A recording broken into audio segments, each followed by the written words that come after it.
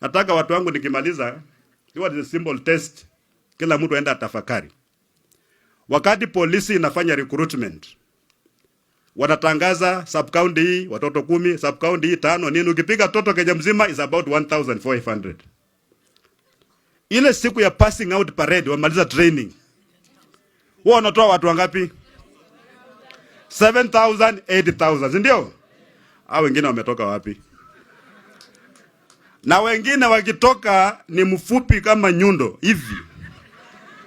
Lakini wakati wanachukuliwa kuna mbao, ukisipoguza hiyo mbao ukipita chini unapitanga unaenda uchukua vitu zako ukienda. Ati wewe ni mfupi. Sasa hao askari wafupi hata wengine niko nao walitoka wapi?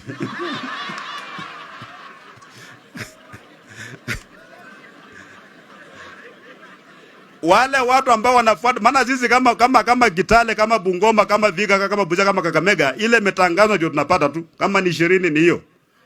Lakini kuna mtu ambaye nafasi zetu zimefichwa, ambao tunataka tupate kama 500, lakini tunapatia 20 ili mtu mwingine aenda ajaziwe.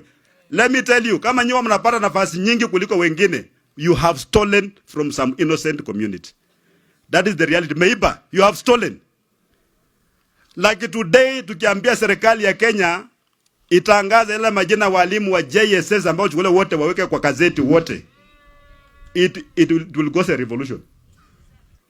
I say this heavy-hearted because countries kama Singapore, Malaysia na nini that we keep on mentioning, our jamaa in 1963-64 walikuja hapa Kenya School of Government to learn about government, how to run government. Walikuja hapa Nairobi na wakafunzwa.